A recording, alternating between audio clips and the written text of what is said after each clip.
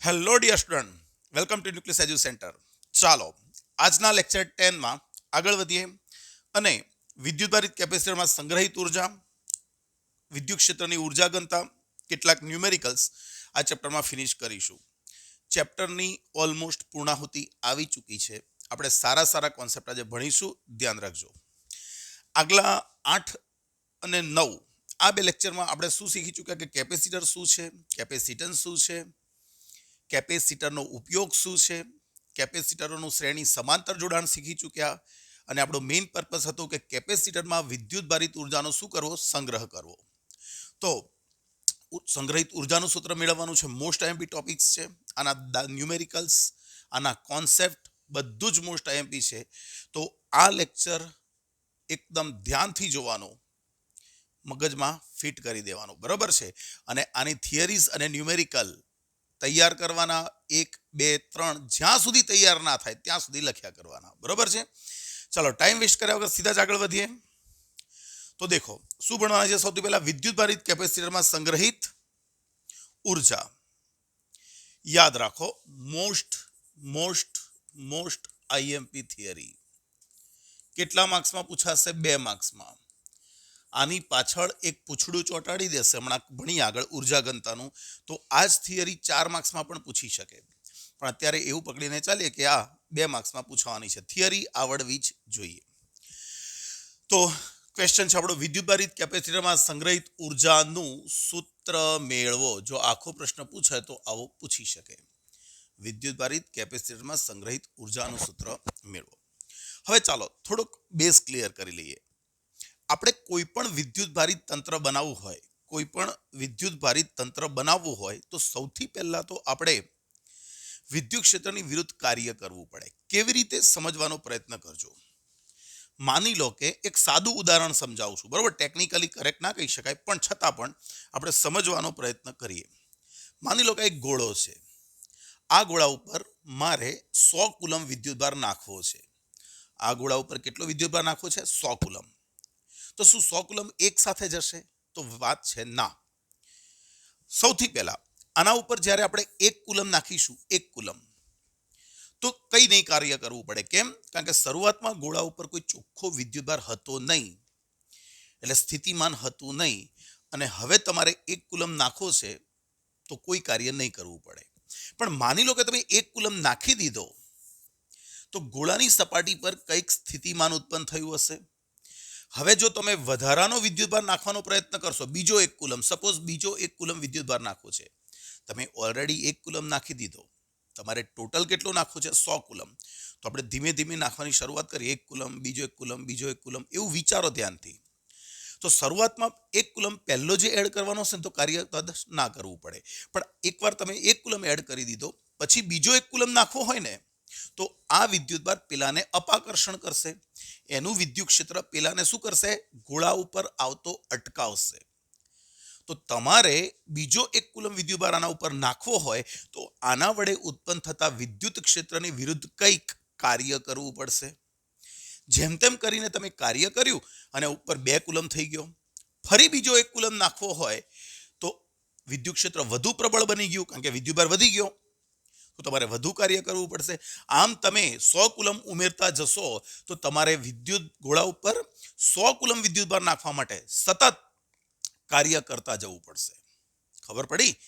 તો કોઈ પણ પદાર્થને વિદ્યુતભારિત કરવો હોય તો એ માટે આપણે કંઈક કાર્ય કરવું પડે. કારણ કે ભગવદ્ ગીતામાં કીધું છે કે કંઈક કર્યા વગર કંઈ પ્રાપ્ત થતું નથી. તો એ માટે આપણે ગોળા ઉપર વિદ્યુતભાર પ્રસ્થાપિત કરવો હોય તો આપણે કંઈક કાર્ય કરવું પડે. પણ ભગવદ્ ગીતામાં એ પણ કીધું છે કે કરેલું ફોગટ જતું નથી. તો આ કાર્ય ગયું ક્યાં? આ કાર્ય જ્યારે આ ગોળા ઉપર વિદ્યુતભાર નહોતો ત્યારે એની સ્થિતિ ઉર્જા કેટલી હતી? 0. પણ જ્યારે એના ઉપર વિદ્યુતભાર પ્રસ્થાપિત કરીશું તો ગોળામાં કંઈક વિદ્યુત સ્થિતિ ઉર્જાનો સંગ્રહ થશે. અને ગોળો એટલે આપણે ભણી ગયા કેપેસિટર ગણી શકાય. તો આ જે ઉર્જા છે એ કેપેસિટરમાં વિદ્યુત સ્થિતિ ઉર્જા રૂપે સંગ્રહાય. મગજમાં સેટ થયું? તો સાદી ભાષામાં આપણે શું શીખ્યા કે કોઈ પણ પદાર્થ ઉપર વિદ્યુતભાર પ્રસ્થાપિત કરવો હોય, કોઈ પણ પદાર્થ પર શું કોઈ પણ પદાર્થ પર શું કરવો હોય? વિદ્યુત ભાર પ્રસ્થાપિત કરવો હોય તો વિદ્યુત ક્ષેત્ર વિરુદ્ધ શું કરવું પડે? કંઈક કાર્ય કરવું પડે. આ કાર્ય એ તંત્રમાં વિદ્યુત સ્થિતિ ઉર્જા સ્વરૂપે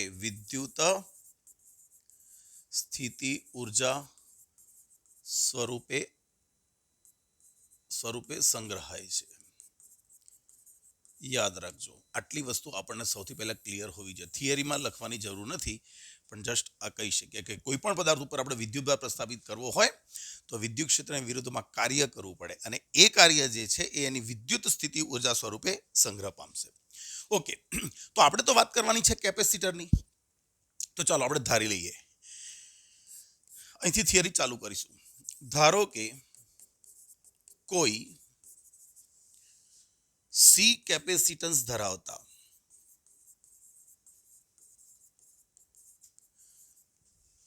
કેપેસિટર પર ક્યુ જેટલો વિદ્યુત ભાર પ્રસ્થાપિત કરવો છે. થિયરી બનાવતા શીખો, ગોખશો નહીં. ધારો કે સી કેપેસિટન્સ ધરાવતા કેપેસિટર પર ક્યુ જેટલો વિદ્યુતભાર પ્રસ્થાપિત કરવો છે. આ માટે ક્ષેત્રની વિરુદ્ધ કંઈક શું કરવું પડે? કાર્ય કરવું પડે. આ કાર્ય કેપેસિટરમાં કઈ ઉર્જા? વિદ્યુત સ્થિતિ ઉર્જા સ્વરૂપે સંગ્રહાય છે. દેખો, થિયરી બનાવતા શીખો. આપણે ધારી લીધું કે કેપેસિટન્સ છે, જેનું કેપેસિટન્સ કેટલું? કેપેસિટરનું કેપેસિટન્સ કેટલું? સી. એના ઉપર ટોટલ વિદ્યુતભાર કેટલો નાખવો છે? ક્યુ. તો જે કાર્ય કરવું પડશે એ કેપેસિટરમાં વિદ્યુત સ્થિતિ ઉર્જા સ્વરૂપે સંગ્રહ પામશે. ચાલો હવે કાર્ય ગણવું કેવી રીતે? ભાઈ સમજો, ફરી વાર અહીંયા થોડી ક્લિયરિટી કરી લઈએ કે આ કેપેસિટર પકડીને ચાલો, હું આના ઉપર વિદ્યુતભાર નાખતો જાઉં. કોક તબક્કો વિચારી લો, કોક તબક્કે તમારે વિદ્યુતભાર કેટલો કરવો છે? ક્યુ પકડીને ચાલો 100 કુલમ આપણે કરવો છે. ક્યાંથી? ભાઈ 0 કુલમથી ચાલુ કરી શરૂઆતમાં ગોળો વિદ્યુતભાર રહિત હતો, શરૂઆતમાં વિદ્યુતભાર હતો જ નહીં, અને પછી ત્યાંથી વધારીને આપણે 100 કુલમ કરવો છે. તો શરૂઆતમાં 1 કુલમ નાખીશું. ભાઈ 1 કુલમ નાખીશું એટલે આની સપાટી પર શું ઉત્પન્ન થશે? વિદ્યુત સ્થિતિમાન KQ/R, કેપિટલ R જો ત્રિજ્યા લઈ લઈએ તો. અને હવે શું થશે જો કેપેસિટન્સ વિદ્યુત સ્થિતિમાન ઉત્પન્ન થાય તો જો તમારે બીજો વધારાનો ક્યુ વિદ્યુતભાર નાખવો હોય તો કરવું પડતું કાર્ય આપણે ભણી ગયા, Q × V. યાદ છે, લેક્ચર નંબર 1 માં જ સમજ્યા હતા કે જે બિંદુએ વિદ્યુત સ્થિતિમાન V હોય ત્યાં ક્યુ વિદ્યુતભારને લાવવો હોય તો કરવું પડતું કાર્ય W = Q × V. તો અહીંયા વિચારો કે આપણે આના ઉપર વિદ્યુતભાર ઉમેરીએ છીએ. તો શરૂઆતમાં વિદ્યુતભાર તમે સપોઝ 1 કુલમ ઉમેર્યો, ત્યારે એ પોતાની સપાટી પર શું ઉત્પન્ન કરશે? વિદ્યુત સ્થિતિમાન ઉત્પન્ન કરશે. અને હવે તમારે વધારાનો ક્યુ ઉમેરવો હોય તો આની સપાટી પરનું સ્થિતિમાન જો V હોય તો તમારે વધારાનું કેટલું કાર્ય કરવું પડે? QV. પછી તમે બીજો ઉમેરી દીધો. ભાઈ વધારાનો વિદ્યુતભાર ઉમેરી દીધો બીજો, ફરી પાછું સ્થિતિમાન બદલાઈ ગયું, વધી જશે સ્થિતિમાન. તો તમારે બીજો ક્યુ નાખવો હોય તો ફરી પાછું વધારે કાર્ય કરવું પડશે. એટલે અહીંયા તમારો કરવું પડતું કાર્ય સતત બદલાતું જશે. 0 થી ચાલુ કરીને 100 સુધીનું તમારે સતત વધતું જશે. એક ઉદાહરણ આપું છું. તો આપણે ચાલુ કરવો છે 0 કુલમથી ચાલુ કરીને Q કુલમ સુધી. પણ વચ્ચેનો કોક ક્ષણ વિચારી લો, વચ્ચેની કોક ક્ષણ કે જ્યારે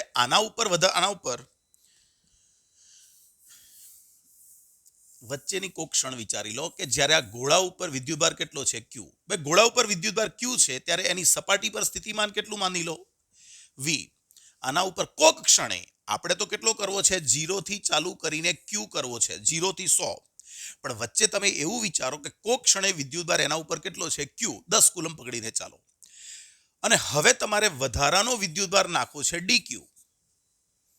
ક્યુ છે અને અતિ સૂક્ષ્મ વધારાનો નાખવો છે કેટલો ડીક્યુ, તો તમારે કરવું પડતું કાર્ય કેટલું થશે ડીડબ્લ્યુ બરાબર ક્યુ એટલે કે વી ઇન્ટુ ડીક્યુ. આપણે ભણી ગયા ને ક્યુ વી, જ્યાં વિદ્યુત સ્થિતિમાન વી હોય ત્યાં ક્યુ વિદ્યુતભાર ઉમેરવો હોય તો કરવું પડતું કાર્ય કેટલું ક્યુ ઇન્ટુ વી, પણ ક્યુ તરીકે તમારે વધારાનો ડીક્યુ લેવાનો છે. ખરું કે નહીં? તો ચાલો લખીએ આને લખીએ કેવી રીતે લખીએ. ધારો કે કોઈ ક્ષણે આપણે તો ઉમેરવો કેટલો છે, આપણે તો ઉમેરવો ક્યુ છે, પણ ધારી લીધું ધારો કે કોઈ ક્ષણે કેપેસિટર પર ક્યુ જેટલો વિદ્યુતભાર છે. આ સ્થિતિમાં સપાટી પર કેપેસિટરનું સ્થિતિમાન અથવા સ્થિતિમાન કહીએ તો વી બરાબર સૂત્ર ભણી ગયા ક્યુ બાય સી. જ્યારે ગોળા ઉપર વિદ્યુતભાર ક્યુ હોય, ગોળાનું કેપેસિટન્સ કેટલું છે સી, તો આપણે ભણી ગયા ક્યુ બરાબર સીવી, માટે વી બરાબર ક્યુ બાય સી. તો કોક ક્ષણે જ્યારે કેપેસિટર પર વિદ્યુતભાર ક્યુ છે એ સ્થિતિમાં ગોળા પરનું સ્થિતિમાન કેટલું થશે વી બરાબર ક્યુ બાય સી. હવે કેપેસિટર પર વધારાનો ડીક્યુ વિદ્યુતભાર, ક્યુ હતો અને વધારાનો કેટલો ઉમેરીએ છે ડીક્યુ વિદ્યુતભાર, ઉમેરવા માટે કરવું પડતું સૂક્ષ્મ કાર્ય, ચાલો કરવું પડતું સૂક્ષ્મ કાર્ય કહી દો ડીડબ્લ્યુ. તો સૂત્ર શું પડી ગયા ક્યુ ઇન્ટુ ડીવી, પણ ઉમેરવાનો છે ડીક્યુ અને સ્થિતિમાન છે આટલું, તો આ સૂત્ર આપણને મળી જશે ડીડબ્લ્યુ બરાબર વી કેટલું ક્યુ બાય સી ઇન્ટુ ડીક્યુ. ખરો? તો આ તમને સૂક્ષ્મ કાર્ય મળ્યું. કયું સૂક્ષ્મ કાર્ય મળ્યું કે ભાઈ કેપેસિટર ઉપર કોક ક્ષણે ક્યુ સ્મોલ ક્યુ જેટલો વિદ્યુતભાર હતો ત્યારે એની સપાટી પર સ્થિતિમાન આટલું હતું, અને હવે તમારે વધારાનો ડીક્યુ ઉમેરવો છે તો આટલું વધારાનું કાર્ય કરવું પડે. હા કે ના? પણ તમારે તો શરૂઆત ક્યાંથી કરવાની હતી? 0 કુલમથી. 0 કુલમથી ચાલુ કરીને ક્યાં સુધી ઉમેરવાનો છે? ક્યુ સુધી. તો અહીંયા લખીએ, તેથી કેપેસિટર પર ક્યુ બરાબર 0 થી, એટલે આવું લખી દઈએ અહીંયા સ્મોલ ક્યુ બરાબર 0 થી સ્મોલ ક્યુ બરાબર કેપિટલ ક્યુ વિદ્યુત ભાર પ્રસ્થાપિત કરવા કુલ કાર્ય, આ તો કયું કાર્ય છે? સૂક્ષ્મ કાર્ય છે. સોરી, આ તો સૂક્ષ્મ કાર્ય છે. જો કુલ કાર્ય જોઈતું હોય તો ક્યુની વેલ્યુ શરૂઆતમાં 0 હશે અને મહત્તમ આપણે ક્યુ જેટલો કરવો છે, તો આવા નાના નાના કાર્યોનો સરવાળો કરવો પડે, જે શામાં પરિણમે? સંકલનમાં પરિણમે. માટે કુલ કાર્ય અહીંયા કહી દઈએ તો કાર્ય ડબલ્યુ બરાબર, જો તો નાના નાના કાર્યોનો સરવાળો, જે ક્યાંથી ક્યાં સુધી છે? 0 થી કેપિટલ ક્યુ સુધી સંકલન કરવું પડે. ખરું? ચાલો અહીંયા લખી દઈએ. માટે W બરાબર સંકલન 0 થી ક્યુ, ડીડબ્લ્યુ ની જગ્યાએ લખાય શું લખાય?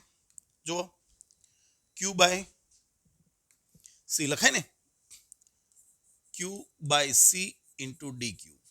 ભાઈ અહીંયા તમે જોઈ શકો છો, સી ને 12 લઈ લઉં તો આની 1 ઘાત, ક્યુનું સંકલન થાય તો 1 થઈ જશે, ઘાતમાં 1 ઉમેરવાનો એટલે 1 ઘાત છે તો 2 ઘાત ભાગ્યા 2, ક્યાંથી ક્યાં સુધી? 0 થી ક્યુ સુધી. ચાલો એકવાર ઉપરની લિમિટ મૂકી દઈએ, તો એકવાર ઉપરની લિમિટ મૂકી દઈએ તો શું થશે ભાઈ? અહીંયા ક્યુ સ્ક્વેર બાય 2 માઇનસ અહીંયા 0 મૂકી દઈએ તો 0 આવી જશે.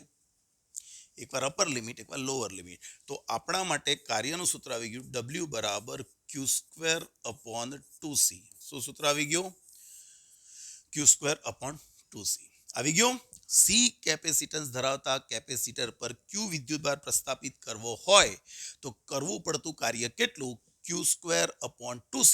આ કાર્ય ગયું ક્યાં? આ કાર્ય એ કેપેસિટરમાં કઈ ઉર્જા? વિદ્યુત સ્થિતિ ઉર્જા સ્વરૂપે સંગ્રહાય છે. માટે આપણે લખી દઈએ કેપેસિટરમાં સંગ્રહિત ઉર્જા, કેપેસિટરમાં સંગ્રહિત ઉર્જા ભાઈ જે કાર્ય કર્યું એટલી જ ઉર્જા, એટલે ઉર્જાનું સૂત્ર મળી ગયું Q²/2C. એક આ સૂત્ર તમારે યાદ રાખવાનું ખરું. પણ આપણને એક વસ્તુ પણ ખબર છે, Q બરાબર CV. મેં લઈ લીધું Q બરાબર શું લઈ લઉં? CV, C²V². તો તમે આનું સાદું રૂપ આપશો તો આવું થઈ જશે 1/2 CV². જુઓ તો અહીંયા Q CV, C²V², એક C ઉડી જશે તો 1/2 CV² આવી જશે. આપણે થિયરી અહીંયા પૂરી કરી દેવાની, થિયરી અહીંયા પૂરી કરી દેવાની. કેટલા માર્ક્સમાં? 2 માર્ક્સની થિયરી. આ જે લખ્યું છે ને એ તમને આવડવું જોઈએ. પાકો? તો શરૂઆતમાં વિદ્યુતભાર કેટલો હતો? કોક ક્ષણે Q હતો, ત્યારે એનું સ્થિતિમાન હશે V બરાબર Q/C. હવે તમે વધારાનો કેટલો નાખો છે? DQ. તો કરવું પડતું સૂક્ષ્મ કાર્ય કેટલું? dW બરાબર V × dQ. V ની જગ્યાએ મૂકી દઈએ Q/C × dQ. પણ આ તો સૂક્ષ્મ કાર્ય છે. ક્યારે? સ્મોલ q હતો, dq ઉમેરવા. પણ તમારે તો 0 થી ચાલુ કરીને કેપિટલ Q સુધી ઉમેરવો છે. તો તમારે આવા નાના નાના કાર્યોનું સંકલન કરવું પડે, જે કરતા આપણને મળે છે W બરાબર Q²/2C, અને એટલું જ કાર્ય એની ઉર્જામાં સંગ્રહાય. તો 2 સૂત્રો આપણને મળ્યા. હજુ નોંધ તરીકે તમારે બીજું એક સૂત્ર લખવું ને તો પણ લખાઈ જુઓ. નોંધ તરીકે U બરાબર, ભાઈ આને લખવું શું લખાય? 1/2 CV × V. ચાલે ને? CV × V. તો આ શું થઈ ગયું? 1/2 Q × V. તો જો તમારી પાસે અહીંયા 3 સૂત્રો છે એવું કહી શકાય. કેપેસિટર માટે મેઇન રાશિઓ કઈ? એક તો વિદ્યુતભાર, એક તો કેપેસિટન્સ અને એક સ્થિતિમાન. આ સૂત્રમાં V નથી. C કેપેસિટન્સ વાળા કેપેસિટર પર Q વિદ્યુતભાર પ્રસ્થાપિત કરતા ઉર્જા Q²/2C. C કેપેસિટન્સ વાળા કેપેસિટરને V વોલ્ટ વડે ચાર્જ કરતા ઉર્જાનું સૂત્ર શું? 1/2 CV². અને આ પણ છે, બરોબર? તો આપણા મગજમાં આટલું ક્લિયર હોવું જોઈએ. પાકો? ચાલો, અહીં સુધી 2 માર્ક. અહીં સુધી કેટલા માર્ક? અહીં સુધી 2 માર્ક્સ. પણ તમને આગળ એવું પૂછી દે,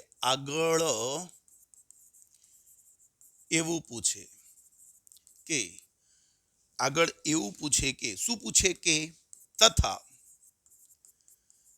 કેપેસિટરની 2 પ્લેટો વચ્ચે વિદ્યુત ક્ષેત્રની ઉર્જા ઘનતાનું સૂત્ર મેળવો. જો આપણો મેઇન ક્વેશ્ચન શું હતો? મેઇન ક્વેશ્ચન આ હતો, વિદ્યુતભારિત કેપેસિટરમાં સંગ્રહિત ઉર્જાનું સૂત્ર મેળવો. ઓકે, તો આપણે અહીં સુધી લખ્યું તો 2 માર્ક. પણ હવે આગળ એડ કરી દે. શું એડ કરી દે? તથા કેપેસિટરની 2 પ્લેટો વચ્ચે વિદ્યુત ક્ષેત્રની ઉર્જા ઘનતાનું સૂત્ર મેળવો. તો અહીંયા સમજો, આપણે જ્યારે કેપેસિટરને, આ કેપેસિટર છે, એની પ્લેટોનું ક્ષેત્રફળ A છે, 2 પ્લેટો વચ્ચેનું અંતર D છે, અને જ્યારે એને V વોલ્ટ વડે ચાર્જ કરવામાં આવે ત્યારે જે ઉર્જા સંગ્રહ પામી એ ક્યાં પામી? તો આપણે એવું કહી શકીએ સાદી ભાષામાં કે કેપેસિટરની 2 પ્લેટો વચ્ચે જે વિદ્યુત ક્ષેત્ર છે એમાં સંગ્રહ પામે છે. કેપેસિટરની 2 પ્લેટો વચ્ચે એક ધન પ્લેટ, એક ઋણ પ્લેટ, આની વચ્ચેનો જે વિસ્તાર છે ત્યાં શું છે? વિદ્યુત ક્ષેત્ર. તો વિદ્યુત ક્ષેત્રમાં સંગ્રહ પામે એવું કહેવાય. તો મારે જોઈએ છે ઉર્જા ઘનતા. ઘનતાનો મતલબ શું? ભાઈ ઘનતા એટલે પ્રતિ મીટર ક્યુબ, એકમ કદ દીઠ. ઘનતાનો મતલબ શું? એકમ કદ દીઠ. દ્રવ્ય ઘનતા કે તો એકમ કદમાં સમાયેલું દળ. સંખ્યા ઘનતા, એકમ કદમાં સમાયેલી સંખ્યા. તો ઉર્જા ઘનતાનો મતલબ શું થાય? એકમ કદમાં સમાયેલી ઉર્જા. હા કે ના? તો અહીંયા જુઓ, આપણે જોઈએ છે કેપેસિટરની ઉર્જા ઘનતા.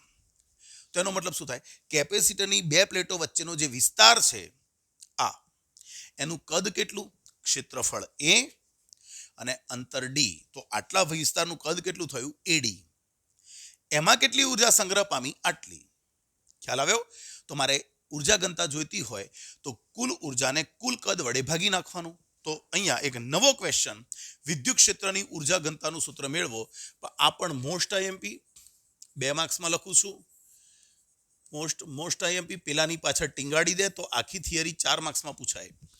સમજો, આ થિયરી જે છે તો 2 માર્ક્સમાં પૂછાવાની જ છે, પણ જો એની પાછળ આવું પૂછડું ચોંટાડી દે તો અહીંયા 4 માર્ક્સમાં પણ આખી થિયરી પૂછી શકે. એટલે આપણા મગજમાં થિયરી ક્લિયર હોવી જોઈએ.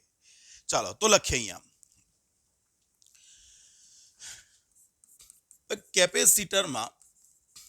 કેપેસિટરની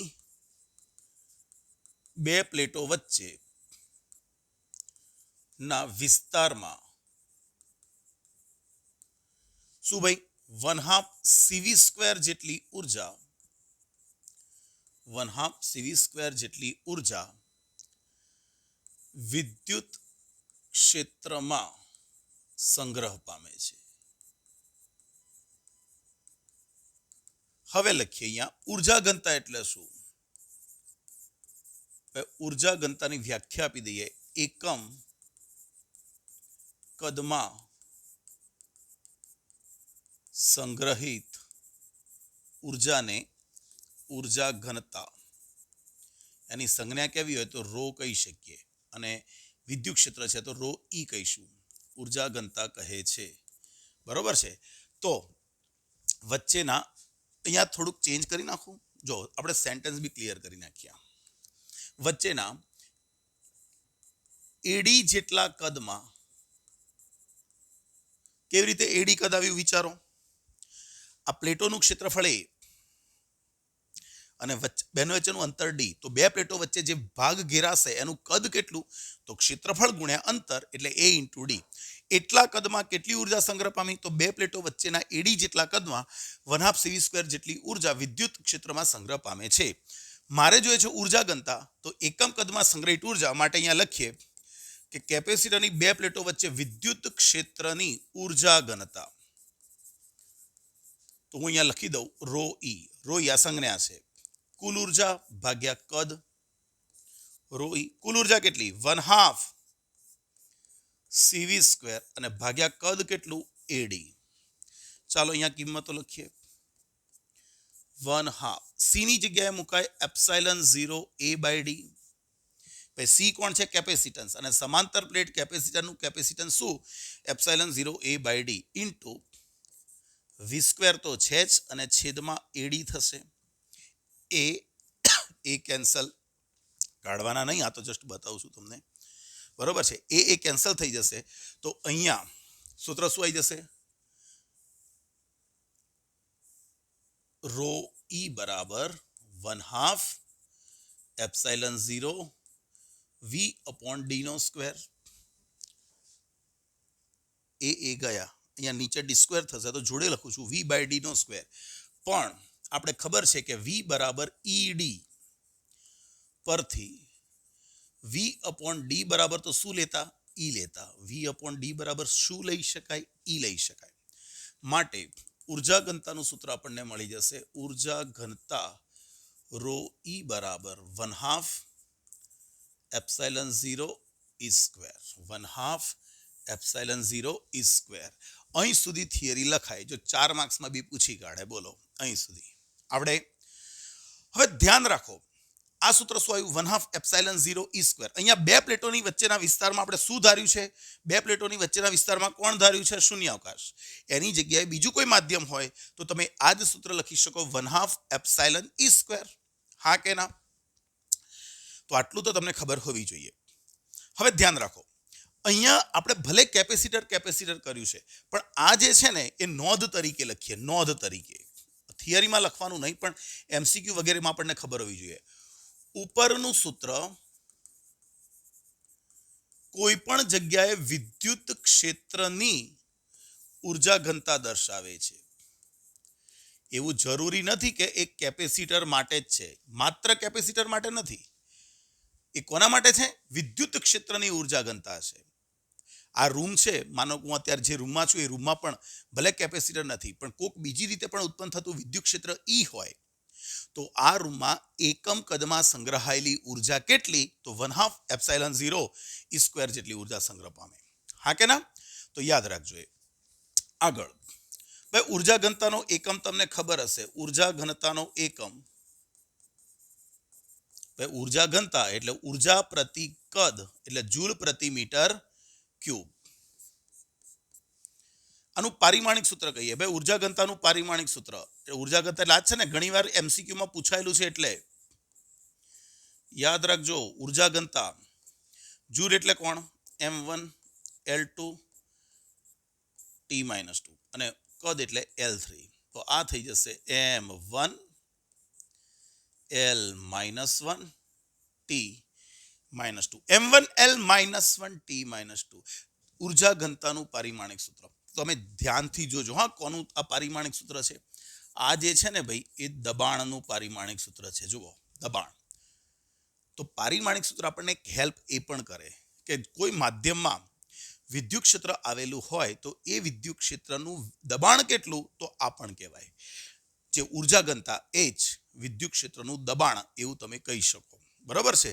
તો આટલી વસ્તુ આપણા મગજમાં સેટ હોવી જોઈએ. ઘણીવાર તમને એક્ઝામમાં આનું પારિમાણિક સૂત્ર પૂછે તો બહુ માથું ખંજવાળવાનું નહીં, વિચારી લેવાનું કે ભાઈ આ કોણ હતી? ઉર્જા ઘનતા. અને ઉર્જા ઘનતા એટલે દબાણ પકડીને ચાલો. તો M1 L-1 T-2 થઈ જશે. હા કે ના? ચાલો, તો આટલું મગજમાં ફિટ થયું કે ના થયું? બરોબર. ચાલો આગળ દાખલા ગણીએ હવે. પછી એક જોરદાર કોન્સેપ્ટ છે, એ 2 મિનિટમાં ભણીએ.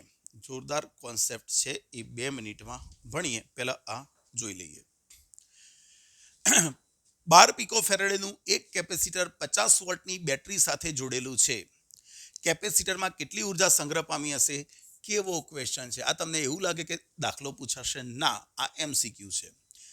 કેપેસિટન્સ આપેલું છે 12 પિકો ફેરાડે.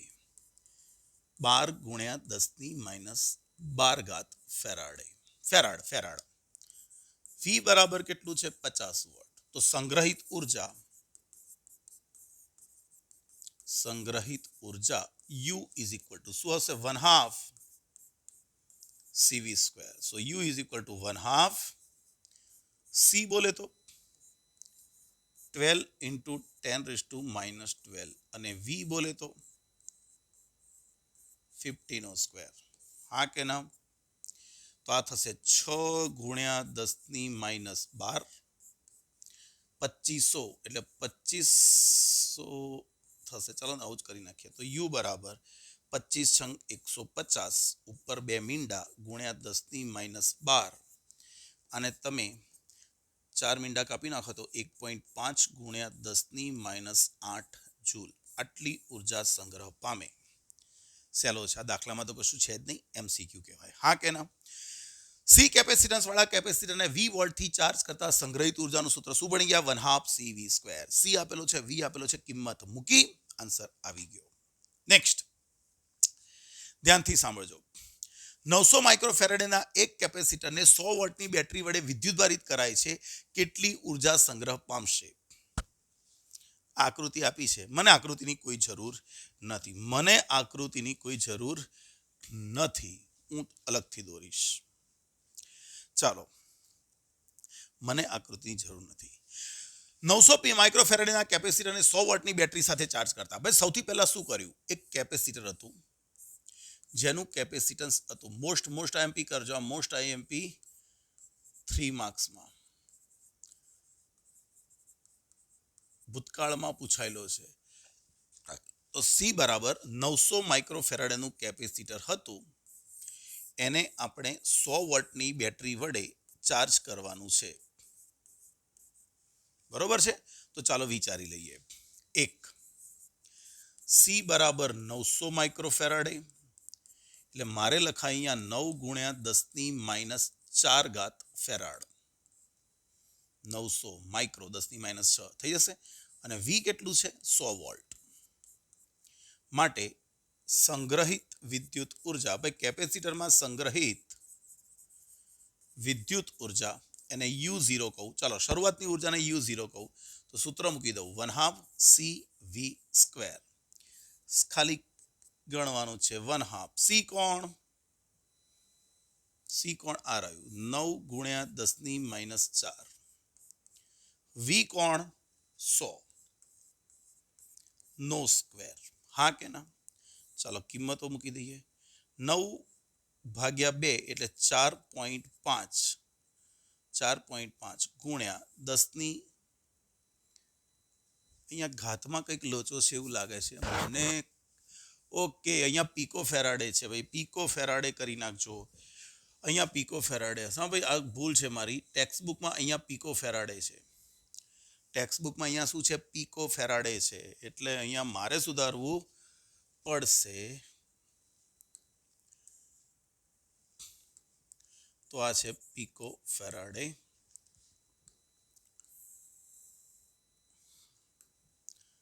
પીકો ફેરાડે એટલે આ થઈ જશે 9 ગુણ્યા 10 - 10 ફેરાડ. ये क्या होगा? ઓકે, તો અહીંયા 10 - 10 થશે અને સાદુરૂપ હવે આપી દઈએ તો 10 - 6 જૂલ. U0 કેટલું થશે? 4.5 × 10⁻⁻6 જૂલ. આટલો ઉર્જા સંગ્રહ પામે. ફરીવાર સી આપ્યું છે 900 પીકો ફેરાડે, 9 × 10 - 10. વી આપ્યો છે 100 વોટ. સંગ્રહિત ઉર્જાનું સૂત્ર આટલું. હવે શું થાય છે એ સમજો. હવે કેપેસિટર સાથે બેટરી છોડી દેવાની. આ આકૃતિ એ હતી, હવે બી આકૃતિ બતાવું. આ કેપેસિટર સાથે ચાલો આ સંગ્રહ પામ્યું હતું અને હવે આની સાથેથી બેટરી અલગ કરી દઈએ. શું? બેટરી જે જોડેલી છે આ બેટરી છોડી દેવાની અને છોડ્યા પછી એક બીજા સેમ કેપેસિટરને 900 પીકો ફેરાડેનું આ હતું, કેપેસિટરોનું બેટરીથી જોડાણ દૂર કરી બીજા 900 પીકો ફેરાડેના કેપેસિટર સાથે જોડવામાં આવે છે. તો તંત્રની વિદ્યુત સ્થિતિ ઉર્જા હવે કેટલી હશે? તો હવે તમારી પાસે એક કેપેસિટર તો છે જે 900 પીકો ફેરાડેનું હતું, પણ તમે બીજું 900 પીકો ફેરાડેનું એની સાથે જોઈન્ટ કરી દીધું. તો અહીંયા સમજવા જેવું છે. તમે જ્યારે બેટરી વડે પહેલા કેપેસિટરને ચાર્જ કર્યું, તમે જ્યારે કેપેસિટરને શું કર્યું? બેટરી વડે ચાર્જ કર્યું ત્યારે આમાં કંઈક વિદ્યુતભાર સંગ્રહ પામ્યો હશે. શું કર્યું હશે? આણે કંઈક વિદ્યુતભાર ખેંચ્યો હશે અને આ સંપૂર્ણ ચાર્જ થઈ ગયું. પછી તમે બેટરી કાઢી નાખી. બેટરી કાઢી નાખી છતાં આના ઉપર વિદ્યુતભાર તો છે, વિદ્યુત સ્થિતિમાન તો છે. અને હવે બેટરી અલગ કર્યા પછી બીજા સેમ કેપેસિટરને આની સાથે જોડો છો, સેમ કેપેસિટરને. તો થશે શું? ભાઈ સેમ કેપેસિટરને જોડી દેશો તો આમાંથી વિદ્યુતભાર આના ઉપર આવતો જશે, આના ઉપરથી વિદ્યુતભાર આના ઉપર આવતો જશે અને બંને સરખા છે એટલે બંનેના વિદ્યુત સ્થિતિમાન પણ સરખા થશે અને બંનેના વિદ્યુતભારો પણ સરખા થશે. તો વિદ્યુતભાર જે પણ હશે એનો અડધો અડધો વહેંચાઈ જશે. તમે 100 વોટ વડે આ બેટરીને ચાર્જ કરી, કેપેસિટરને ચાર્જ કર્યું હતું, તો આનું શરૂઆતનું સ્થિતિમાન હશે 100. બેટરી કાઢી બીજું સેમ કેપેસિટર જોડી દેશો તો આના ઉપરનું પણ વિદ્યુત સ્થિતિમાન કેટલું થશે? 100 થશે. આના ઉપરનું અડધું થઈ જશે, 50 વોટ થઈ જશે. તો અહીંયા લખીએ. હવે બેટરી દૂર કર્યા બાદ બીજું સમાન કેપેસિટર જોડતા વિદ્યુત ભાર આવું લખીએ. બંને કેપેસિટરો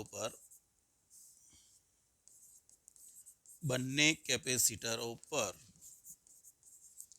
નું વિદ્યુત સ્થિતિમાન. ચાલો ભાઈ, બંને કેપેસિટરો પરનું વિદ્યુત સ્થિતિમાન જો મારે કહેવું હોય તો કેટલું થશે? ભાઈ જોડ્યા પછીનું વિદ્યુત સ્થિતિમાન કેવું હોય તો પહેલા જેટલું હતું એના કરતા અડધું, એટલે 50 વોલ્ટ બંને ઉપર થઈ જશે. આના ઉપર 100 વોલ્ટ હતું ત્યારે આ પણ 100 વોલ્ટે આવી ગયું હશે. અને આપણે ભણી ગયા આગળના લેક્ચરમાં કે જ્યારે બે પદાર્થોને સંપર્કમાં લાવવામાં આવે તો બંનેના સ્થિતિમાન સરખા થઈ જાય. અને અહીંયા ધ્યાન રાખો, બંનેના સ્થિતિમાન સરખા થાય. અહીંયા બંને સરખા છે એટલે બંને ઉપર વિદ્યુતભાર અડધો થશે, સ્થિતિમાન થઈ ગયું ખરું 50 વોલ્ટ. તેથી તંત્રની અંતિમ ઉર્જા, ભાઈ તંત્રની અંતિમ સ્થિતિ ઉર્જા કહી દઉં. જોજો, અંતિમ સ્થિતિ ઉર્જા અને ફાઇનલ કહીએ તો શું થશે? એક કેપેસિટરની ઉર્જા કેટલી? 1/2 CV². એક કેપેસિટરની ઉર્જા 1/2 CV². પણ એવા કેટલા કેપેસિટર છે આપણી પાસે? એવા 2 કેપેસિટર છે. હવે પહેલા એક કેપેસિટર હતું, હવે આપણી પાસે 2 કેપેસિટર છે. તો હું એક કામ કરું, V' કહી દઉં. ભાઈ બંનેની ઉર્જા કેપેસિટન્સ V' કહી દઉં. ખ્યાલ આવે છે? એક કેપેસિટરનું સ્થિતિમાન કેટલું હતું? 200 વોલ્ટ. તમે બેટરી કાઢી નાખી, બીજું સેમ જોડ્યું તો બંને પર સ્થિતિમાન અડધું થઈ ગયું. V1 બરાબર V2 બરાબર શું આવશે? 50 વોલ્ટ. તો અહીંયા બંનેનું સ્થિતિમાન કોમન V' કહી દઉં છું. તો એક કેપેસિટરની એકની ઉર્જા કેટલી? 1/2 CV². એવા કેટલા કેપેસિટર? 2. તો ટોટલ ઉર્જા થઈ ગઈ 1/2 CV², CV'² ઇન્ટુ 2. એટલે આ તમારું થઈ જશે CV'². ચાલો, C કેટલું? 900 પિકોફેરાડે, એટલે 9 ગુણ્યા 10⁻10. અને V કેટલું? 50 નો સ્ક્વેર. અને સાદું રૂપ આપશો તો 225 ગુણ્યા 10⁻10 જૂલ. તો આ થઈ જશે 2.25 ગુણ્યા 10⁻6 જૂલ. તો તંત્રની અંતિમ ઉર્જા આટલી હશે. તંત્રની અંતિમ ઉર્જા આટલી હશે. આ દાખલો ગણવાના 3 માર્ક્સ. મગજમાં સેટ થઈ ગયું? હા કે ના? તો અહીંયા એક વસ્તુ ગૌર કરજો કે શરૂઆતમાં જ્યારે એક જ કેપેસિટર તમે બેટરી વડે ચાર્જ કર્યું ને, તો આટલી ઉર્જા સંગ્રહ પામી. બેટરી કાઢી નાખી, બીજું કેપેસિટર લગાવી દીધું. તો આના ઉપરનો વિદ્યુતભાર જ્યારે આના ઉપર આવશે તો વિદ્યુતભાર અડધો અડધો વહેંચાયો, સ્થિતિમાન પણ બંનેનું અડધું અડધું સરખું થઈ ગયું. પણ ઉર્જા જુઓ, તંત્રની ટોટલ ઉર્જા તંત્રની પ્રારંભિક જે ઉર્જા હતી એના કરતા ઘટી ગઈ, અડધી થઈ ગઈ. પ્રારંભિક ઉર્જા કરતા કેવી થઈ ગઈ? અડધી થઈ ગઈ. પાકો? તો અહીંયા સમજવા જેવી વસ્તુ એ છે કે આ ઉર્જા ગઈ ક્યાં? તો ભાઈ જ્યારે વિદ્યુતભાર અહીંયાથી અહીં આવતો હશે ત્યારે એને વિદ્યુત ક્ષેત્રની વિરુદ્ધમાં કાર્ય કરવું પડશે. તો તમારી જે શરૂઆતમાં સંગ્રહિત ઉર્જા હતી એમાંથી કેટલોક ભાગ એ વિદ્યુત ક્ષેત્રની વિરુદ્ધ કાર્ય કરવામાં ખર્ચાઈ જાય અને એના કારણે કેટલીક ઉર્જા વ્યય પામશે. અને વ્યય પામતી ઉર્જા કેટલી? તો આપણે ગણવી હોય તો અહીંયા ગણી શકીએ. નોંધ પૂછ્યું નથી પણ ગણી શકીએ કે વ્યય પામતી ઉર્જા. જો વ્યય પામતી ઉર્જા ગણવી હોય તો અંતિમ ઉર્જામાંથી પ્રારંભિક ઉર્જા બાદ કરી નાખવાની. તો ડેલ્ટા U બરાબર આ કેટલી ઉર્જા છે? 4.5 ગુણ્યા 10⁻6. આ કેટલી ઉર્જા છે? 2.25 ગુણ્યા 10⁻6. તો અહીંયા તમે જોઈ શકો તો આ ઉર્જા કેટલી થશે? 2.25 ગુણ્યા 10⁻6. અડધી ઉર્જા વ્યય પામી. ક્લિયર થયું દરેક જણને? આના પછીનો દાખલો સેમ આવો છે, એમાં છે પણ આપણે અહીં સુધી ગણવાનું છે, એટલા માટે આપણે જોઈએ. નેક્સ્ટ ઓકે, બીજો એક સ્વાધ્યાયનો 11મો છે. આ પણ સેમ દાખલો છે. ચાલો ચેક કરીએ. અહીંયા જો 600 પિકોફેરાડનું એક કેપેસિટર 200 વોલ્ટના સપ્લાય વડે ચાર્જ કરવામાં આવે છે, વિદ્યુતભારિત કરવામાં આવે છે. હવે તેનું સપ્લાય સાથેનું જોડાણ દૂર કરી બીજા વિદ્યુતભારિત ન હોય તેવા 600 પિકોફેરાડના કેપેસિટર સાથે જોડવામાં આવે છે. આ પ્રક્રિયામાં કેટલી ઉર્જા ગુમાવાઈ હશે? દાખલો છે એટલે આપણે આ જ રીતે ગણીશું, પણ હું આના પછી એક કોન્સેપ્ટ તમને સમજાવું જે મજા આવશે તમને. ડાયરેક્ટ સૂત્રો આવી જશે. બરોબર છે? તો ચાલો અહીંયા લખીએ. સી કેટલું છે શરૂઆતમાં? 600 પિકોફેરાડે. 6 ગુણ્યા 10⁻10 ફેરાડ. વી તમને આપેલું છે 200 વોલ્ટ. તો અહીંયા લખ્યું કે તંત્રની પ્રારંભિક ઉર્જા એને આપણે કહી દઈએ UI, ઇનિશિયલ કહી દઉં. ચાલો, શું થશે સૂત્ર? 1/2 CV². 1/2 C કેટલું? 6 ગુણ્યા 10⁻10 અને V કેટલું? 200 નો સ્ક્વેર. આ થશે 3, 4 તરી 12 અને ઉપર 4 મીંડા ગુણ્યા 10⁻10 જૂલ. હું આને થોડુંક સરખું લખી દઉં તો 12 ગુણ્યા 10⁻6 જૂલ. યાદ રાખો, આ તંત્રની શરૂઆતની ઉર્જા છે. આ દાખલો જે રીતે તમે ગણ્યો બસ એમ જ ગણવાનો છે. ખાલી અહીં છેલ્લે તંત્રની ઉર્જા માગી હતી, વ્યય પામતી ઉર્જા નથી માગી. મેં બતાવી, તમારે પેલા દાખલામાં એ પણ ગણવાની છે. એટલે અહીંયા લખીએ. હવે શું લખીએ? હવે બેટરી દૂર કર્યા બાદ બેટરી દૂર કર્યા બાદ સમાન કેપેસિટર જોડતા બંને કેપેસિટર પરનું અંતિમ સ્થિતિમાન. બે સ્થિતિમાન કેવું થશે? બંનેનું અડધું અડધું થશે. તો બંનેનું અંતિમ સ્થિતિમાન મારે કેવું હોય તો હું અહીંયા લખી દઉં વી ડેશ બરાબર શું થશે? V/2. એટલે શરૂઆતમાં જે હતું 200 એની જગ્યાએ બંને ઉપર 100 વોલ્ટ થઈ જશે. માટે તંત્રની અંતિમ ઉર્જા U બરાબર એક કેપેસિટરની ઉર્જા કેટલી? 1/2 CV², પણ V ની જગ્યાએ મૂકીશું V ડેશ નો સ્ક્વેર અને ઇન્ટુ એવા કેટલા કેપેસિટરો છે? 2. એવા 2 કેપેસિટરો છે માટે U બરાબર સૂત્ર મૂકી દઈશું તો શું? C V ડેશ નો સ્ક્વેર. C કેટલું લેવાનું છે? 600 પિકો ફેરાડે, 6 ગુણ્યા 10⁻10 અને વિદ્યુત સ્થિતિમાન કેટલું છે? 100 વોલ્ટ થઈ ગયું. બંનેનું કોમન સ્થિતિમાન કેટલું થઈ ગયું? 100 વોલ્ટ. તો અહીંયા મૂકી દેશો તો આ થશે 6 ગુણ્યા 10⁻6 જૂલ. 6 ગુણ્યા 10⁻6 જૂલ. માટે પ્રક્રિયામાં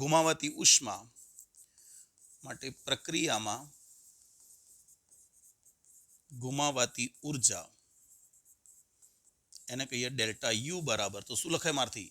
U1 U initial minus U final અને ફાઇનલ ઉર્જા કહી દો. તો ડેલ્ટા U બરાબર શરૂઆતમાં હતી 12 ગુણ્યા 10⁻6, હવે છે 6 ગુણ્યા 10⁻6. એટલે પ્રક્રિયામાં વ્યય પામતી ઉર્જા કેટલી હશે? 6 ગુણ્યા 10⁻6. આ બંને કિસ્સામાં તમે જોઈ શકો કે ઉર્જા અડધી થઈ જાય છે. શું થઈ જાય છે? અડધી ઉર્જા વ્યય પામે છે. ખરું? પણ એ અડધી ક્યારે વ્યય પામે એ સમજો કે બંને કેપેસિટર સેમ હોય તો. જો સેમ ના હોય તો પાછી અલગ વ્યય પામશે. હું હમણાં સૂત્ર આખું સમજાવું તમને. તો અહીં સુધી આશા રાખું કે દરેક બચ્ચાને ખબર પડી ગઈ હશે. અહીં સુધી તો દરેકને ખબર પડી જ જવી જોઈએ. પાકો? ચાલો આગળ વધીએ. 1 મિનિટ સેવ કરી લઈએ પહેલા.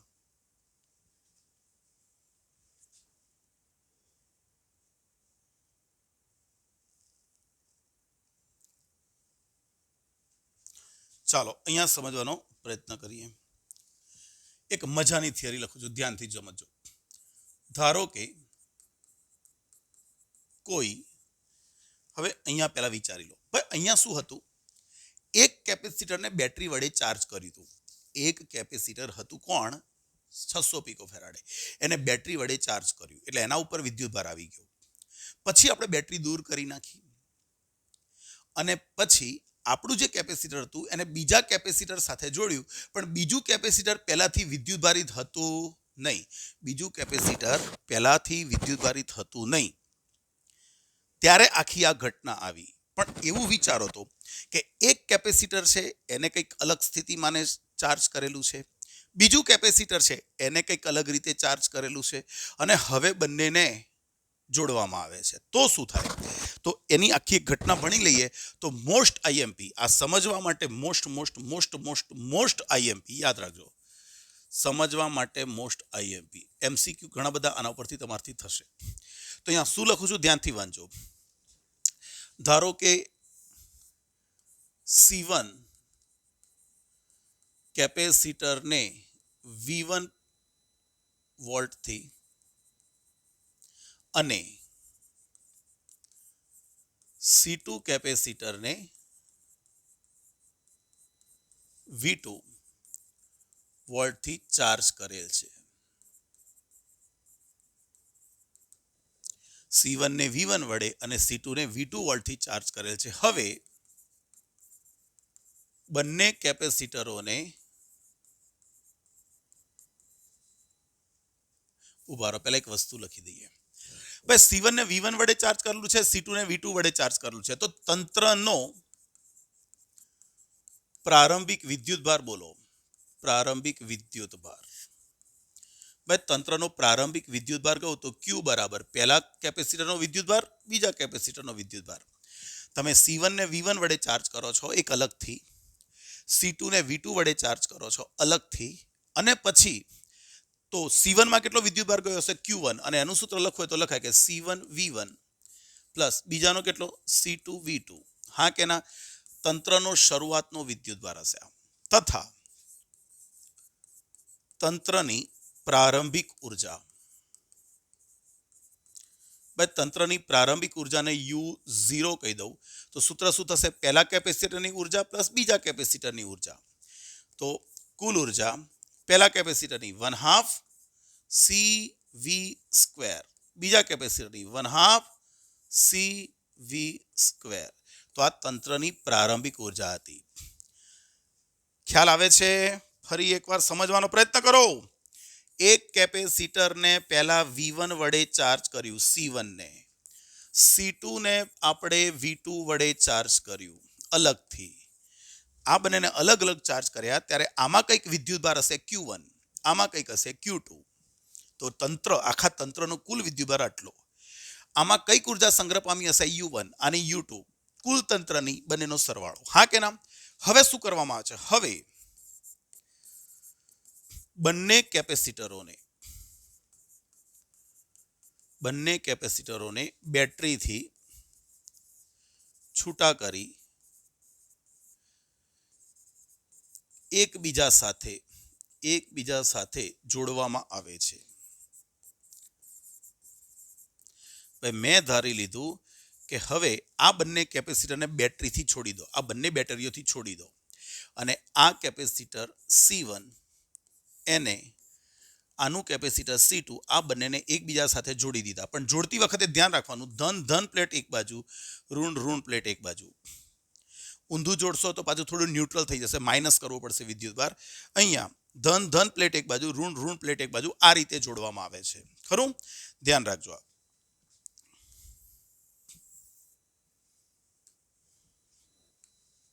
હા, હવે બંને કેપેસિટર શું કર્યા? બેટરીથી છૂટા કરી એકબીજા સાથે જોડવામાં આવે છે.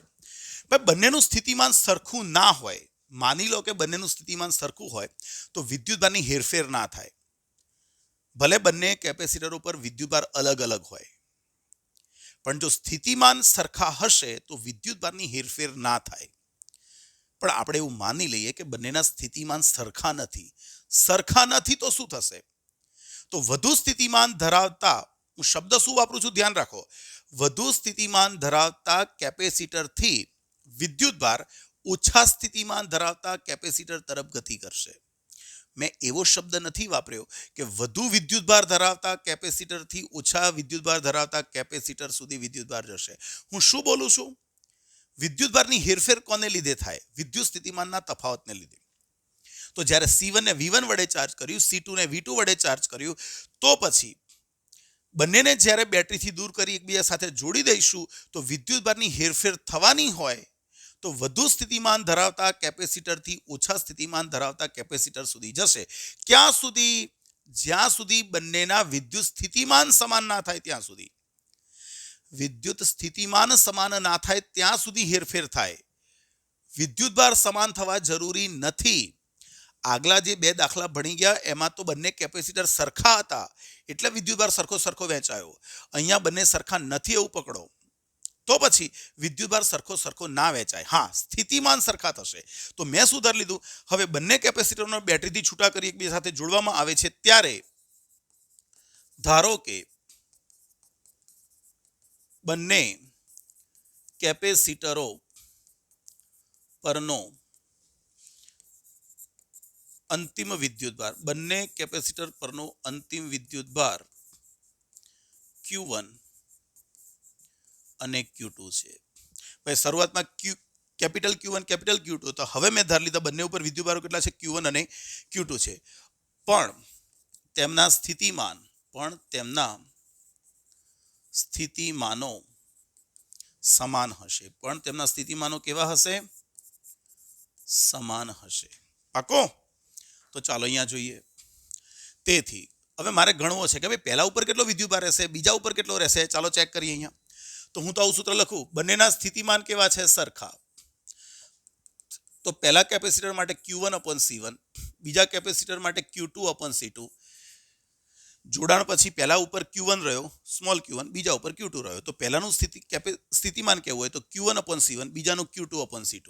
તો આને આવું લખાય Q1/Q2 બરાબર C1/C2 છેદમાં યોગ પ્રમાણ કરી દઈએ Q1 તો નીચે યોગ એટલે શું ખબર છે ને તમને યોગ પ્રમાણ યોગ વિયોગ આપણે ખાલી યોગ કરીએ છેદમાં તો અંશ અને છેદનો છેદમાં સરવાળો કર્યો તો અહીંયા પણ C1 તો નીચે થશે C1 + C2 એટલે આ છોકરાઓ પણ Q1 + Q2 આ તો Q's થાય સમજો શરૂઆતમાં તંત્રમાં જે વિદ્યુતભાર હતો એ આટલો હતો હવે એક ઉપરથી બીજા ઉપર જાય કે બીજા ઉપરથી પહેલા ઉપર આવે પણ તંત્રનો ટોટલ વિદ્યુતભાર તો Q જ રહેશે એટલે જે પણ બંનેમાં વહેંચણી થશે એ તો આટલામાંથી જ થશે એટલે બંનેનો સરવાળો Q બરાબર જ હશે તો આને Q લઈ લઉં અને સામે મોકલી દઉં માટે Q1 બરાબર સૂત્ર આવી ગયું QC1/C1 + C2 યાદ રાખો એક આ અગત્યનું સૂત્ર જો તંત્રનો કુલ વિદ્યુતભાર Q હોય અને બે કેપેસિટર એકબીજા સાથે જોડેલા હોય તો પહેલા C1 કેપેસિટરમાં કેટલો વિદ્યુતભાર જાય Q1 બરાબર QC1/C1 + C2 આ જ રીતે Q2 બરાબર ગણવો હોય તો શું થશે QC2/C1 + C2 QC2/C1 + C2 યાદ રાખો આ બંને ઉપરનો શું આવી ગયો વિદ્યુત ભાર ચાલો બંનેનું સામાન્ય સ્થિતિમાન ભાઈ બંનેનું સ્થિતિમાન તો કેવું હશે સરખું હશે તો મારે બંનેનું સામાન્ય સ્થિતિમાન કેટલું જ્યારે અલગ અલગ હતા ત્યારે પહેલાનું સ્થિતિમાન હતું V1 બીજાનું હતું V2 પણ જોડી દીધા પછી બંનેના સ્થિતિમાન સરખા હશે તો સ્થિતિમાન કેટલું તો અહીંયા લખીએ જોડાણ બાદ બંનેનું સામાન્ય સ્થિતિમાન V બરાબર ભાઈ કોનું ગણું પહેલાનું કેપેસિટરનું કે બીજા કેપેસિટરનું અલા ભાઈ જેનું હોય બંનેનું સરખું જ હશે તો અહીંયા હું કોમન સ્થિતિમાન V હોય એવું ધારી લઉં છું તો Q1/C1 લખો હવે Q2/C2 લખો જો Q1/C1 લાવશો તો પણ થશે Q/C1 + C2 Q2/C2 લાવશો તો પણ સેમ જ થશે એટલે અહીંયા આને લખવું હોય તો શું લખીશું V બરાબર ટોટલ Q/C1 + C2 અલા પણ Q કોણ છે Q તો આ રહ્યો તો પછી આપણે લખવું હોય તો લખાય કે બંનેનું કોમન સ્થિતિમાન થશે C1 V1 + C2 V2 C1 + C2 આ બંનેનું સામાન્ય સ્થિતિમાન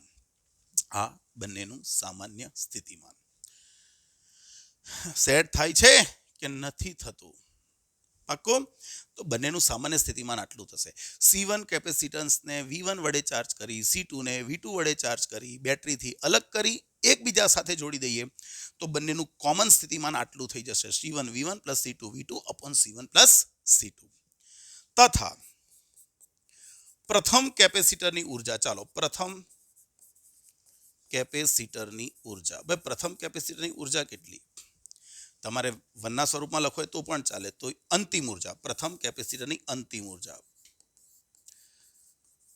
U1 તરીકે લખું છું U1 ડેશ ચાલો સૂત્ર મૂકું Q1/2C1 લખાય કે ના લખાય ભાઈ પહેલા કેપેસિટરનો વિદ્યુતભાર કેટલો છે Q1 એનું કેપેસિટન્સ C1 તો આટલી ઉર્જા કહેવાય તો Q1 કોણ છે તમારી પાસે Q1 આ રહ્યો તો આનો સ્ક્વેર કરીને તે મૂકી દઈએ તો શું થશે અહીંયા જુઓ તો Q² C1² + C2 નો સ્ક્વેર ઇન્ટુ 1/2C1 મેં શું કર્યું આ Q1 સ્ક્વેરની જગ્યાએ આ મૂકું છું આ છે ને સ્ક્વેર કરીને તો જો એક C1 ઉડી જશે તો અહીંયા સૂત્ર શું આવી જશે U1² બરાબર અહીંયા શું લખીશું Q² C1/2 કૌંસમાં C1 + C2 અહીંયા તમે Q ની જગ્યાએ આ મૂકવું હોય તો મૂકી શકો ખરા બરોબર અથવા તો આ સૂત્ર આવું પણ થઈ જશે જુઓ આ 1/2 C1 અને આની ઉર્જા ગણવી હોય તો V² તો આ જ થઈ જવાનું છે ને V² તો તમે આ જ મૂકવાના છો પાકું Q બરાબર CV તો V આ મૂકવાના હોય તો તમે અહીંયા લખી દેજો ભાઈ બંનેનું કોમન સ્થિતિમાન હું આવું જ લખું છું બરોબર છે C1 અને બંનેનું કોમન સ્થિતિમાન શોધી કાઢવાનું આમાં પડવું એના કરતાં આ ગણવું વધારે સારું પાક્કો ચાલો બીજા કેપેસિટરની અંતિમ ઉર્જા. બીજા કેપેસિટરની અંતિમ ઉર્જા. તો ભાઈ બીજા કેપેસિટર માટે ડાયરેક્ટ લખી દઈએ. ચાલો Q² C2 અપોન 2 કૌંસમાં C1 પ્લસ C2 અથવા ડાયરેક્ટ જ એને કહેવાય 1/2 C2 અને એનું કેપેસિટન્સ V2 ખરું. માટે તંત્રની અંતિમ ઉર્જા કેવી હોય તો તંત્રની અંતિમ ઉર્જા, ભાઈ તંત્રની અંતિમ ઉર્જા કેવી હોય તો શું થશે? તો આ બંને ઉર્જાઓનો શું કરવાનો? સરવાળો. તો યુ ફાઇનલ બરાબર 1/2 C1 V² plus 1/2 C2 V². તો બંનેમાંથી કોમન નીકળી જશે V², 1/2. તો અહીંયા સૂત્ર આવું આવી જશે. આ તમારી શરૂઆત, આ ઉર્જા થઈ અંતિમ ઉર્જા. આ જ રીતે ગણવાની. તમે Q² ઉપર પણ મૂકી શકતા ખરા, પણ મારે ગણવી છે વ્યય પામતી ઉર્જા. કઈ ઉર્જા? વ્યય પામતી ઉર્જા. ભાઈ વ્યય પામતી ઉર્જા એટલે ડેલ્ટા યુ બરાબર શું? અંતિમ માઇનસ પ્રારંભિક. અંતિમ માઇનસ પ્રારંભિક. તો અંતિમ ઉર્જા કેટલી? ચલો આ રહી 1/2 C1 plus C2 into V² minus પ્રારંભિક ઉર્જા કેટલી છે? પ્રારંભિક ઉર્જા કેટલી છે? આ રહી. તો એ ઉર્જા લખું તો અહીંયા 1/2 C1 V1² plus 1/2 C2 V2². હવે અહીંયા ધ્યાન રાખજો, આને સાદુરૂપ આપવું હોય તો આપણે આપી શકીએ 1/2 C1 પ્લસ C2. આની જગ્યાએ શું લખતા હતા યાદ છે? C1 V1 plus C2 V2 upon C1 plus C2 નો હોલ સ્ક્વેર માઇનસ આ તો છે જ શું 1/2 C1 V1² plus 1/2 C2 V2². આનું સાદુરૂપ આપી દેશો. હું ડાયરેક્ટ સૂત્ર લખજો, આનું સાદુરૂપ આપજો ભાઈ. તો ડાયરેક્ટ સૂત્ર આવું આવી જશે 1/2 યાદ રાખવાનું C1 plus 1/2 C1 C2 upon C1 plus C2 અને અહીંયા થશે V1 માઇનસ V2 નો સ્ક્વેર. આ તમારું ફાઇનલ સૂત્ર આવી જશે. આ યાદ રાખવાનો. C1 ને V1 વડે ચાર્જ કર્યો, C2 ને V2 વડે ચાર્જ કર્યો, બેટરી છૂટી કરી અને એકબીજા સાથે જોડી દીધા તો તંત્રની અંતિમ ઉર્જા આટલી. અને વ્યય પામતી ઉર્જાનું ડાયરેક્ટ સૂત્ર લખવું હોય તો 1/2 C1 C2 upon C1 plus C2 into V1 minus V2 નો સ્ક્વેર. ખરું? તો મોરલ ઓફ ધ સ્ટોરીમાં આપણે સૂત્ર કેટલા ભણ્યા કે ભાઈ અંતિમ સ્થિતિમાનનું સૂત્ર શું ભણ્યા? યાદ રાખો, આ સૂત્ર યાદ રાખવાના. C1 V1 plus C2 V2 upon C1 plus C2. એકવાર તમે V ગણી નાખો એટલે દરેક કેપેસિટર ઉપરનો વિદ્યુતભાર, ચાલો દરેક કેપેસિટર ઉપર વિદ્યુતભાર કેટલો હતો? ભાઈ પહેલા ઉપર હતો total QC1 upon C1 plus C2. Q કેટલો લેવાનો? ભાઈ Q એટલે C1 V1 plus C2 V2. બીજા કેપેસિટર ઉપર વિદ્યુતભાર કેટલો રહ્યો? QC2 upon C1 plus C2. તંત્રની અંતિમ ઉર્જા કેવી હોય તો? તંત્રની અંતિમ ઉર્જા. ભાઈ તંત્રની અંતિમ ઉર્જા કેવી હોય તો ફાઇનલ શું થશે? બોલો. 1/2 C1 plus C2 into V² અને VR આવ્યો તમારી પાસે. ખરું? અને વ્યય પામતી ઉર્જા લખવી હોય, વ્યય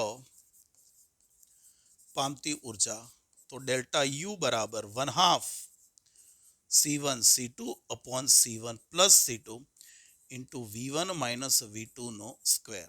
આટલા સૂત્રો યાદ રાખવાના તમારે મેઇન. પાકો? આના ઉપરથી તમને ઘણા બધા MCQ સોલ્વ કરવામાં હેલ્પ મળશે. તો મજાનો ટોપિક ભણ્યા.